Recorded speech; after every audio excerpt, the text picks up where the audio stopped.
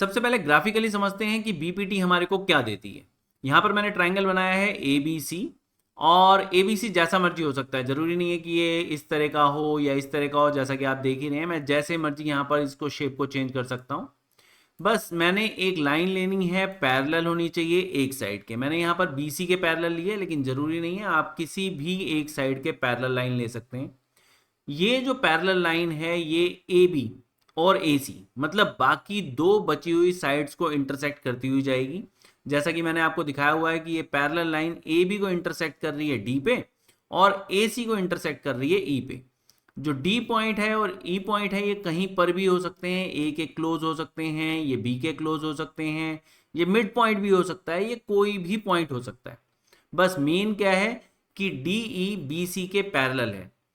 अब जरा left hand side में यहाँ पर चल के देखते हैं। ये आप ए डी अपॉन में डी भी देख पा रहे होंगे, जिसे मैंने R1 नाम दिया है। ये हमारी पहली रेशो है। और ये जो R2 है, जो स्मॉल R1 और स्मॉल R2 है, अभी सिर्फ यहाँ पर हम कॉन्सेंट्रेट करते हैं A D upon D B और ए ई अपॉन ई सी पे।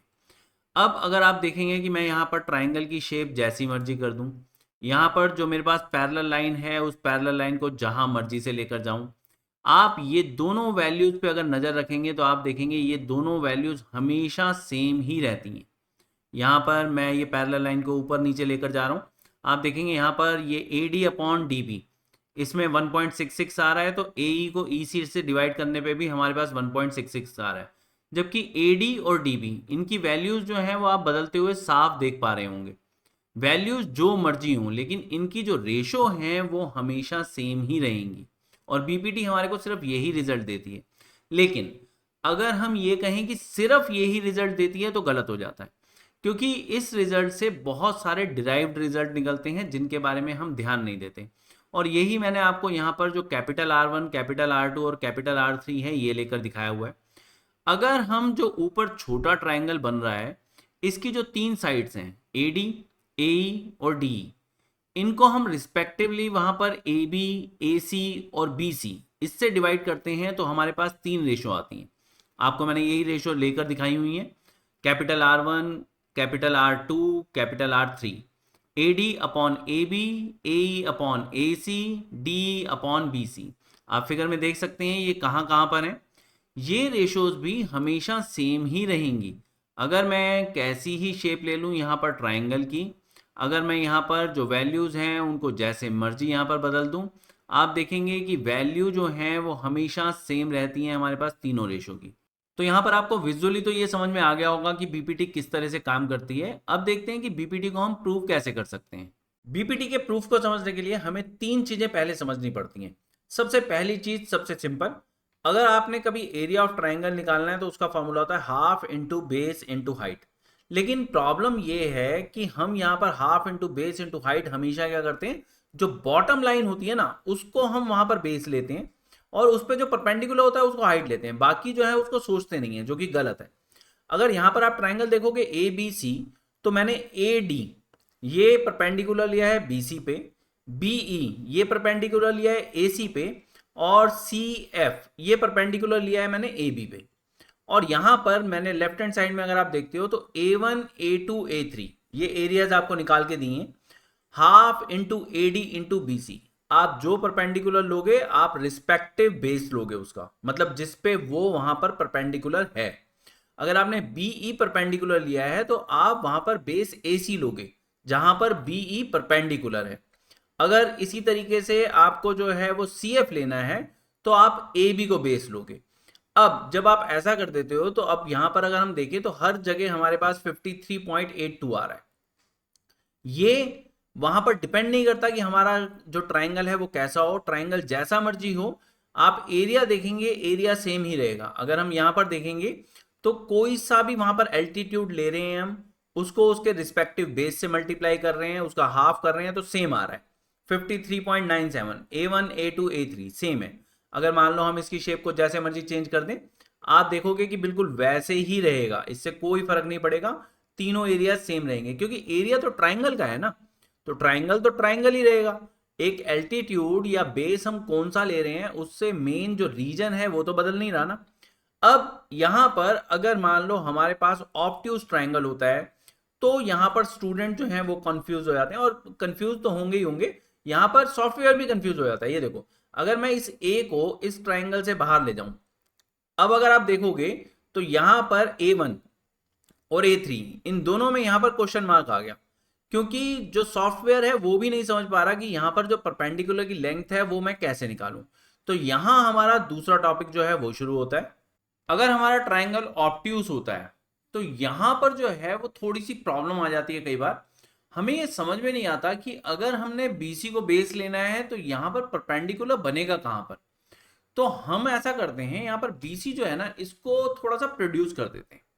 जब आप इसको प्रोड्यूस करोगे ना, तब आपको समझ में आएगा कि अगर हम यहां पर A से परपेंडिकुलर बनाएंगे तो वो कहां मिलेगा। लेकिन आपने ध्यान क्या रखना है कि अगर आपको एरिया चाहिए ना इसका, तो area half into base into height होता है, लेकिन बेस ट्राइंगल का ही लोगे। ऐसा मत करना कि जहां पर परपेंडिकुलर मीट कर रहा है वहां से आप बेस को शुरू करो। जो आपका वहां पर ओरिजिनल बेस है ट्राइंगल का वो ही यूज करोगे। परपेंडिकुलर की लेंथ वहीं तक होगी जहां पर इंटरसेक्शन है, मतलब ए से नीचे आ रहा है आपका परपेंडिकुलर, आपने देखना है कि प्रोड्यूस्ड लाइन जहां पर इंटरसेक्ट हो रही है सिर्फ वहीं तक ही लेना है, ठीक है जी। लेकिन बेस को वहां तक नहीं लेना है, ये चीज आपको क्लियर होनी चाहिए। नेक्स्ट फैक्ट जिसकी हमें जरूरत पड़ने वाली है वो है सेम बेस पे बने हुए दो ट्राइंगल्स अगर सेम पैरेलल्स के बीच में होते हैं तो उनका एरिया सेम रहता है। इसका क्या मतलब हुआ? इसका मतलब ये है कि हमारे पास दो पैरेलल लाइन अगर हम लेते हैं, जैसे कि आप देख ही सकते हैं, हम एक बेस ले लेते हैं वहां पर AB, और AB के ऊपर दो ट्राइंगल बना देते हैं, जैसे कि मैंने यहाँ पर ABC और ABD जो है वो बनाए हुए हैं। यहां पर अगर मान लो मैं D की पोजीशन को चेंज करता हूं अलोंग द पैरेलल, तो आप देखेंगे यहां पर एरिया में कोई चेंज नहीं आ रहा, एरिया बिल्कुल सेम वो ही रहता है, हम जैसे मर्जी चेंज कर लें। और अगर आप ABD और ABC का एरिया कंपेयर करते हैं तो ये एरिया आपको सेम ही मिलेगा। अगर हम यहां पर पैरेलल को चेंज कर दें, मान लो मैं यहां पर पैरेलल थोड़ी सी क्लोज ले आता हूं, तो दोनों के एरिया में चेंज आएगा, लेकिन चेंज ऐसा आएगा कि आपको फाइनल एरिया फिर से सेम ही मिलेगा। आप एरिया ऑफ DAB और एरिया ऑफ CAB कभी भी कैलकुलेट करेंगे तो वो आपको इक्वल मिलेंगे। ये पैरेलल लाइन जैसी मर्जी हो, जब तक ये लाइन पैरेलल रहेंगी तब तक आपको दोनों एरिया सेम मिलेंगे। शेप जो मर्जी हो सकती है, यहां पर हमारा ट्राइंगल जो है वो जैसा मर्जी हम ले सकते हैं, एरिया हमेशा हमारे को सेम ही मिलेंगे। Basic proportionality theorem, simple. हमारे पास एक लाइन है ट्राइंगल की साइड के पैरेलल, जैसे DE पैरेलल दी हुई है BC के, तो हमें यहां पर मिलेगा AD upon BD is equal to AE upon CE। क्या हम इतना ही करने वाले हैं? नहीं, आज बेटा जी मैं आपको BPT प्रूव करना भी सिखाऊंगा, साथ में आपको यह सिखाऊंगा कि इससे हम और क्या क्या रिजल्ट जो है वो ले सकते हैं।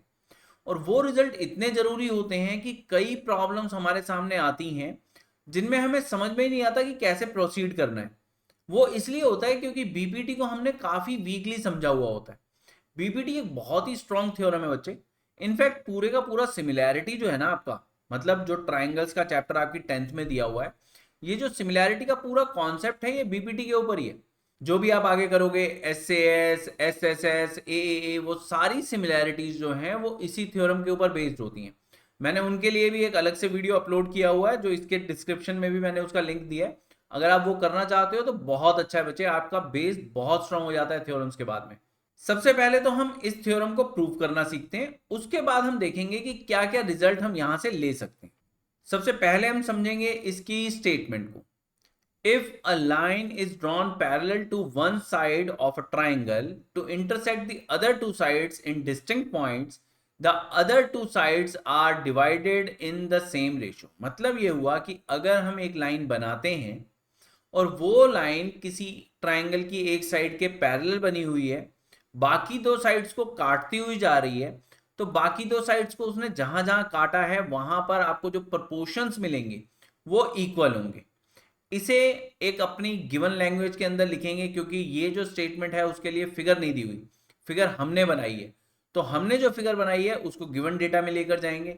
हम लिखेंगे कि हमारे पास एक ट्राइंगल ABC है, एक लाइन है पैरेलल BC के, वो AB को इंटरसेक्ट करती है D पे, AC को इंटरसेक्ट करती है E पे। और हम प्रूफ क्या करना चाहते हैं? हम प्रूव करना चाहते हैं कि AD अपॉन BD जो है वो AE अपॉन CE के इक्वल होगा। क्लियर है जी? अब बात है कि इसे हम कैसे प्रूव कर सकते हैं। प्रूव करने के लिए हमें यहां पर थोड़ी सी कंस्ट्रक्शन चाहिए। वो थोड़ी सी कंस्ट्रक्शन क्या है? हमें यहां पर एक तो परपेंडिकुलर बनाना पड़ेगा D से, एक बनाना पड़ेगा E से। D से हम AC पे परपेंडिकुलर बनाएंगे जो AC को F पे इंटरसेक्ट कर रहा है, जैसा आप देख सकते हो। E से जो परपेंडिकुलर बनेगा AB के ऊपर बनेगा वो EG, आप देख सकते हो G पे इंटरसेक्ट कर रहा है AB को। ठीक है जी? तो ये कंस्ट्रक्शन हो गई। इसके अलावा आपने क्या करना है, जो B है उसको E से ज्वाइन कर देना है, जो C है उसको D से ज्वाइन कर देना है। यही कंस्ट्रक्शन जो है ये आपने लिखनी है। We draw DF perpendicular to AC, जैसे कि आप देख ही रहे हैं आपके सामने ही है। ये आपने कंस्ट्रक्शन लिखी। इसके बाद हमारा मेन प्रूफ जो है वो शुरू होता है। मेन प्रूफ जो है उसके अंदर सबसे पहले जो हम करेंगे वो क्या है, सिंपल एक हमारा जो फॉर्मूला होता है कि हमारा एरिया ऑफ ट्राइंगल क्या है, वो होता है half into base into height. यहां पर अगर आप देखोगे तो DE 3 ट्राइंगल बना रहा है, DE A के साथ, DE B के साथ और DE C के साथ। तो हमारे पास DE A, DE B और DE C 3 ट्राइंगल हो गए। अगर मैं कहूं कि ADE जो हमारा यहां पर ट्राइंगल ऊपर बन रहा है छोटा सा, इसका एरिया हमने निकालना है, तो इसका एरिया सिंपल होगा half into base into height के हिसाब से, half into AD into EG। लेकिन बात यह है कि जरूरी थोड़ा ना कि AD ही बेस लिया जाए, हम वहां पर AE भी बेस ले सकते हैं, हम वहां पर DE भी बेस ले सकते हैं। DE में तो अभी हम इंटरेस्टेड नहीं है, मेन है कि AE जो है वो तो ले ही सकते हैं। तो AE वाली टर्म्स में भी ले लेते हैं, half into AE into DF। आपने ध्यान क्या रखना है, आपको यहां पर रेशियो प्रूव करनी है AD अपॉन BD और AE अपॉन में CE। तो आपको ये दोनों साइड जो है वो लेनी पड़ेंगी। तो आपको दोनों तरह से वहां पर एरिया निकालना है, एक जिसके अंदर AD इन्वॉल्व हो, एक जिसके अंदर AE इन्वॉल्व हो। निकाल लिया जी। अब हम क्या करते हैं, लेफ्ट हैंड साइड पे ही रहते हैं लेकिन DE के नीचे आ जाते हैं। तो इसका क्या मतलब हुआ, DE के नीचे अगर हम आएंगे तो DEB ट्राइंगल हमारे को मिलेगा, इसका निकाल लेते हैं। BDE हमारे को देगा half into BD into EG। ये एक ऑब्ट्यूज ट्राइंगल है और आप जानते हैं कि ऑब्ट्यूज ट्राइंगल का एरिया हम कैसे निकालते हैं। मैंने आपको अभी पहले ही समझाया है कि हम यहाँ पर परपेंडिकुलर जो बनाते हैं वो ट्राइंगल के बाहर हो सकता है, लेकिन बेस जो लेंगे हम वो वहां पर DB ये ही लेंगे। तो आप देखेंगे यहां पर मैंने क्या लिया है, half into BD into AG। अब चलते हैं DE के साथ में राइट में। तो DE के राइट में नीचे हमारे पास है DEC। तो अब इसका एरिया निकालते हैं। तो CDE का एरिया हमारा हो जाएगा यहां पर half into C into DF। Clear? अगर हम यहां पर बात कर रहे हैं लेफ्ट हैंड साइड वाले ट्राइंगल्स की, लेफ्ट हैंड साइड में कौन कौन से ट्राइंगल है हमारे पास, एक तो हमारे पास ADE है और एक नीचे जो है वो हमारे पास BDE है। ये दो ट्राइंगल्स की बात करते हैं। इन दो ट्राइंगल्स में हमारे को यहां पर AD और BD जो है वो मिल जाएगा। लेकिन ये AD और BD कैसे मिलेगा, इसमें इक्वेशन नंबर 1 और 3 देखो आप। इक्वेशन नंबर 1 और 3 के अंदर अगर मान लो हम यहां पर डिवाइड कर रहे हैं ना, तो हाफ भी चला जाएगा और EG भी चला जाएगा। तो हम यही चीज करेंगे, हम डिवाइड करेंगे 1 को 3 से, और जब हम ऐसा करेंगे तो हमारे पास एरिया ऑफ ADE अपॉन में एरिया ऑफ BDE जो है ये हमारे को क्या देगा, आपने इक्वेशन वाली वैल्यूज रख देनी है, सब कुछ कट के आपको AD अपॉन BD मिल जाएगा। क्लियर है? ये तो हो गई लेफ्ट हैंड साइड। अब चलते हैं राइट हैंड साइड पे। अब ऊपर तो सेम ही ट्राइंगल लेना पड़ेगा, मतलब ADE, लेकिन अब क्या करेंगे, हम राइट हैंड साइड वाला बेस लेंगे। नीचे नीचे हम लेंगे यहां पर CDE। फिर ये हम इक्वेशन नंबर 2 और इक्वेशन नंबर 4 से निकाल सकते हैं। तो बेसिकली आपने 4 एरिया जो निकाले हैं ना, 3 ट्राइंगल्स के 4 एरिया, सारा खेल जो है वो वही है, टोटल गेम आपकी वही है। यहां पर अगर आप 2 को 4 से डिवाइड करोगे तो आपको क्या मिलेगा, आपको ADE ऊपर, नीचे CDE, जब डिवाइड करोगे तो सिर्फ AE और CE मिल जाएंगे आपको रेशो में। अब सिंपल सा फैक्ट हमने यूज करना है, triangles made on same base between two parallels have equal areas. हमारे पास area of BDE area of CDE के इक्वल आ जाएगा अगर हम ये यूज करते हैं। मैं आपको एनिमेशन में दिखा देता हूं। अब यहां पर अगर हम नीचे वाले दो ट्राइंगल्स के ऊपर कॉन्सेंट्रेट करें, ट्राइंगल DEB और ट्राइंगल DEC, तो हमें मिलेगा कि दोनों के दोनों ट्राइंगल एक ही बेस पे ऊपर बने हुए हैं, मतलब डी के ऊपर, और दो पैरेलल लाइंस के बीच में हैं। पैरेलल लाइंस कौन सी हैं? डीई और बीसी। अब इन दो पैरेलल लाइंस के बीच में हैं और सेम बेस पे हैं, तो इनका एरिया तो बराबर होगा। ये जो हमारे पास ट्राइंगल है, इसकी शेप मैटर नहीं करती। इसकी ट्राइंगल की शेप जो मर्जी हो सकती है। जो हमारे पास पैरेलल लाइन है वो जहां मर्जी से जा सकती है।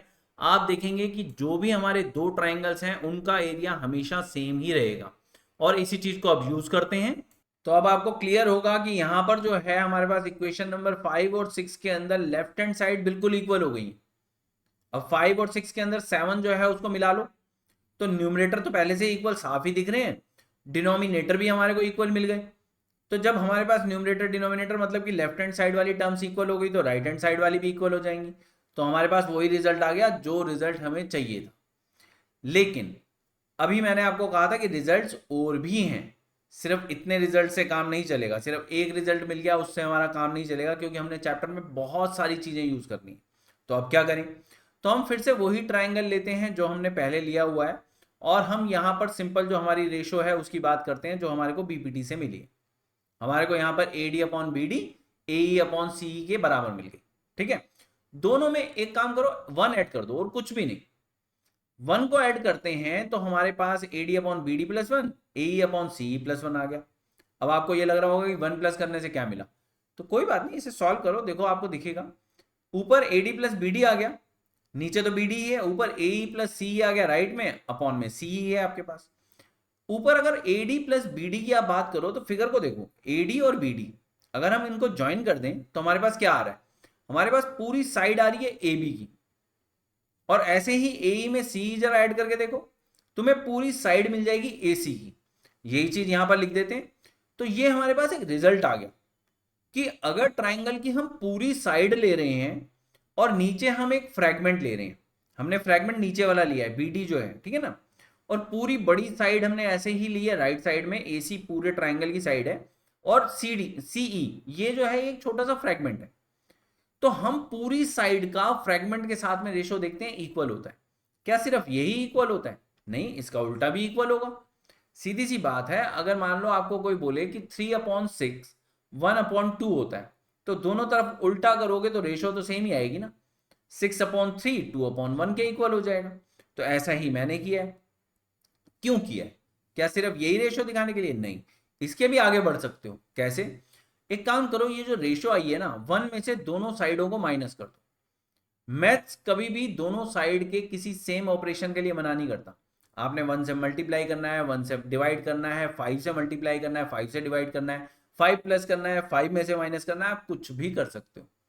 तो मैं क्या कह रहा हूं? मैं कह रहा हूं कि 1 में से माइनस कर दो, तो 1 माइनस BD अपॉन AB कर दो, 1 माइनस CE अपॉन AC कर दो। क्या मिलेगा? एलसीएम ले लो। एलसीएम लोगे तो ऊपर क्या आ जाएगा? AB माइनस BD और AC माइनस CE, नीचे तो सेम ही रहेंगे डिनोमिनेटर तो। अब जरा फिगर में देखो कि AB में से BD को अगर माइनस कर दोगे क्या मिलेगा? AB में से BD को हटाएंगे तो AD मिल जाएगा। ऐसे ही AC में से CE को हटाकर देखो, AC में से CE अगर हटेगा तो AE बचेगा। तो हमारे पास अब रेशो क्या आ गई? AD upon AB is equal to AE upon AC। ये चीज हमारे को कह रही है कि ऊपर वाले जो फ्रेगमेंट्स हैं उनके अपॉन में भी पूरी पूरी साइड हम ले सकते हैं। तो बेसिकली हमारे पास एक तरफ जो है वो एक साइड और उसके साथ में एक फ्रेगमेंट, हमारे को दूसरी साइड और उसी का कॉरस्पॉन्डिंग फ्रेगमेंट मिल जाता है। ये तो हो गई एक बात। लेकिन सिर्फ यही चीज नहीं मिलती, हमें वहां पर एक साइड के साथ में ऊपर वाला फ्रेगमेंट मिल सकता है। कॉरस्पॉन्डिंग जाना पड़ेगा, लेकिन अगर ऊपर वाले फ्रेगमेंट में जाओगे तो ऊपर वाले फ्रेगमेंट में ही जाओगे, नीचे वाले फ्रेगमेंट में आओगे तो नीचे वाले फ्रेगमेंट में आओगे। इतना सा हमने ध्यान रखना है और कुछ भी नहीं है यहां पर। ठीक है जी, तो बस इसी के साथ में ये जो कॉन्सेप्ट है खत्म हो गया। लेकिन एक रिजल्ट यहां पर जो सुपर डुपर रिजल्ट है ना, वो थोड़ा सा और कॉम्प्लिकेटेड है। अब आप ये मत बोलना कि हाँ और ज्यादा कॉम्प्लिकेशन बढ़ रही है, क्योंकि बीपीटी में जितना ज्यादा आप डेप्थ में जाओगे ना, उतने ही ज्यादा अच्छे रिजल्ट्स आपको मिलते जाते हैं। अब चलते हैं सबसे ज्यादा सुपर डुपर रिजल्ट के ऊपर। उस रिजल्ट को डिराइव करने के लिए यहां पर जो बीपीटी है ना, उसको 2 बार यूज करना पड़ेगा। अब 2 बार का क्या मतलब है? भाई एक लाइन तो हम बनाते ही हैं पैरेलल की, हमने वहां पर डी जो है वो बीसी के पैरेलल ले ली। ऐसा तो हम नॉर्मली कर रहे हैं कि हाँ एक साइड के पैरेलल एक लाइन ले रहे हैं। अब ऐसा करो, दो पैरेलल ले लो। दो पैरेलल का क्या मतलब है, एक तो आपने बीसी के पैरेलल ले ली, अब एक ए बी के भी पैरेलल ले लेते हैं। और जरूरी नहीं होता ए बी के पैरेलल लो, आप चाहो तो ए सी के भी पैरेलल ले सकते हो। मैंने आपको सिर्फ यहाँ पर दिखाया है कि अगर हम दो लाइन पैरेलल ले लेते हैं तो हमारे रिजल्ट में क्या चेंज आएगा। अगर हमने यहां पर ले लिया इस तरह से, तो हम देखते हैं यहां कि डी ई एफ बी जो है वो एक पैरेललोग्राम बन गया, और पैरेललोग्राम की ऑपोजिट साइड इक्वल होती है। तो आपको क्या मिला, आपको डीई और बी एफ, ये यहां पर अगर आप देखोगे तो ये आपको आपस में इक्वल मिल जाएंगे, ऑपोजिट साइड इक्वल होती है ना। अब अगर मान लो हम कहें कि ई एफ, जो हमारे को अभी हमने नई लाइन बनाई है ए बी के पैरेलल, ये पैरेलल मिल गई है ए सी के, तो बीपीटी तो यहां पर भी लगेगी। बीपीटी में हम क्या करते हैं, बीपीटी में सिंपल हमारे पास B F upon B C लेते हैं, मतलब एक सेगमेंट अपॉन में पूरी साइड। तो हमारे को ऐसे ही जो उसके साथ में ए ई है उसके अपॉन में पूरी साइड मिल जाएगी, कोई दिक्कत नहीं है यहां पर। बी एफ जो है ये हमने पहले ही प्रूव कर दिया डी के इक्वल है, तो basically DE upon B C आपको ए ई अपॉन में ए सी मिल गई। और अगर मान लो ओरिजिनल हम प्रोपोर्शनैलिटी की बात करें, ओरिजिनल मतलब सिंपल डीई जो है वो पैरेलल दी हुई थी हमारे को ए बी, तो उससे जो प्रोपोर्शनैलिटी मिल रही थी वो क्या थी, वो थी A D upon A B is equal to A E upon A C. जरा फर्स्ट और सेकंड इक्वेशन को ढंग से देखो, फर्स्ट और सेकंड इक्वेशन के अंदर राइट हैंड साइड इक्वल आ गई आपके पास। अब ये जो हमारे पास राइट हैंड साइड इक्वल आ गई है, अगर मान लो हम इनको ध्यान से देखें तो हमारे पास इससे क्या मिल गया कि हमारे पास लेफ्ट हैंड साइड भी इक्वल होगी। तो लेफ्ट राइट सारा इकट्ठा अगर लिख दोगे तो तीन की तीन साइड आपको ऊपर वाले छोटे ट्राइंगल की पूरे बड़े ट्राइंगल के साथ में प्रोपोर्शन में मिल गई। ये एक बहुत ही सुपर रिजल्ट होता है। ये हम जनरली जो है वो क्या सोचते हैं कि हमारे को ये कहीं ना कहीं सिमिलैरिटी से ही प्रूव करना होगा, लेकिन ये बीपीटी का एक कॉन्सिक्वेंस है, एक ऐसा रिजल्ट है जो बीपीटी से डिराइव किया जा सकता है। और ये क्योंकि हम करते नहीं है, और इसके कारण जब कभी भी क्वेश्चंस आते हैं तो हमारे दिमाग में सिर्फ ये घूमता है कि हाँ सिमिलैरिटी प्रूव कर सकते हैं हम, बीपीटी के रिजल्ट को यूज नहीं कर सकते। ये जबकि एक बीपीटी का रिजल्ट होता है। अगर आपके पास एक लाइन पैरेलल है, कोई सी भी एक लाइन किसी भी एक साइड के पैरेलल है ना, तो उससे जो छोटा ट्राइंगल बनेगा उसकी तीनों साइड्स बड़े वाले ट्राइंगल की तीनों साइड्स के प्रोपोर्शनल होंगी। डन। अब चलते हैं जरा इससे थोड़ा सा उल्टे पे। उल्टे पे का मतलब converse of basic proportionality theorem. Same triangle है हमारे पास, सब कुछ सेम है, लेकिन यहां पर जो गिवन और टू प्रूव है ना वो उल्टा हो गया। यहां पर ये कह रहा है if a line divides any two sides of a triangle in the same ratio then the line is parallel to the third side. तो गिवन टू प्रूव हो गया है, टू प्रूव जो है वो गिवन हो गया है। गिवन में क्या है, आपके पास एक ट्राइंगल है, डी और ई जो है वो हमारे पास ए बी और ए सी पे दो पॉइंट हैं, और ऐसे हैं कि A D upon B D A E upon C के बराबर दिया हुआ है। हमें प्रूव क्या करना है, हमें प्रूव करना है कि डी जो है वो पैरेलल है बी सी के। हम करें कैसे, हम ऐसा करते हैं थोड़ा सा ना चेंज ले आते हैं। हम यहां पर जो है वो थोड़ी सी कंस्ट्रक्शन करते हैं। हम कहते हैं कि डी है ही नहीं जी यहां पर पैरेलल, मतलब कॉन्ट्रडिक्शन में चले जाते हैं। तो हमारा जो प्रूफ है ना उसकी शुरुआत में हम क्या करेंगे, हम यही बोलेंगे कि डी पैरेलल ही नहीं है। तो ऐसे में कोई पॉइंट तो होगा ना वहां पर एसी के ऊपर जो वहां पर डी के साथ में जुड़कर पैरेलल लाइन दे देगा। तो हम कहते हैं ठीक है जी डी एफ पैरेलल है बीसी। डन। अब अगर डी एफ पैरेलल है बीसी के तो बीपीटी क्या कहती है, बीपीटी कहती है कि A D upon B D A F upon C F के बराबर हो जाएगा। यही मिलेगा ना बीपीटी से, जो अभी अभी हमने रिजल्ट प्रूव किया है। अगर मान लो गिवन डेटा की बात करें, गिवन डेटा कह रहा है A D upon B D A E upon C के बराबर है। अब यहां पर इसका मतलब लेफ्ट हैंड साइड बराबर होगी तो राइट हैंड साइड तो बराबर होगी होगी, तो ये मिल गया। ऐसा करते हैं दोनों में ना वन प्लस कर देते हैं। वन जैसे अभी हम प्लस करके वहां पर रिजल्ट निकाल रहे थे, वन प्लस करके एक रिजल्ट निकाल लेते हैं। एलसीएम लेते हैं, एलसीएम लेके ए एफ और सी एफ को जोड़ देते हैं। ए एफ और सी एफ जुड़ के क्या दे रहे हैं, ए सी। ए ई और सी इनको जोड़ो, ये भी ए सी दे रहे हैं। तो तुम्हारे पास न्यूमरेटर में दोनों तरफ ए सी आ गया ना, इसको काट दो, क्या मिलेगा, मिलेगा C F is equal to सी।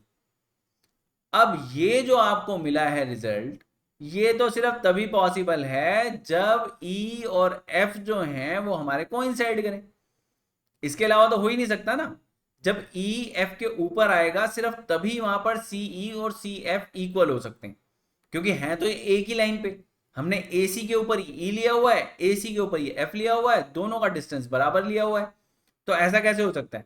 या तो दूसरी साइड में हो तब तो समझ में आता है, या फिर कहीं और हो तब तो समझ में आता है, लेकिन एक ही लाइन में एक ही तरफ सेम डिस्टेंस, तो ये तो तभी हो सकता है जब ये कोइंसाइड करें। कोइंसाइड करने का मतलब है कि हमारी असम्पशन जो है वो गलत हो गई। हमने जो वहां पर पहले बोला था कि डी पैरेलल नहीं है, वो गलत हो गया। डी पैरेलल है। क्यों? क्योंकि डी एफ तो हमने ही पैरेलल बनाया ना भाई, और ये जो है ये उसके ऊपर कोइंसाइड कर रहा है। तो ये हमारा लॉजिक जो है वो हम देकर कन्वर्स ऑफ बीपीटी जो है वो प्रूव करते हैं। तो इस क्लास के लिए सिर्फ यही दो थ्योरम्स थी हमारे पास। अगर आपको कोई भी प्रॉब्लम फिर भी लगता है कि रह गई है तो आप प्लीज मुझे कमेंट सेक्शन में जाकर जरूर बताएं। इन केस आपको मेरा मेथड पसंद आया है तो please like share and subscribe. So friends, that's it for this video. If you want to know about our latest uploads, please subscribe the channel and press the bell icon. And please share the tutorial with your friends to help them. I will see you in the next video. Bye bye. Take care.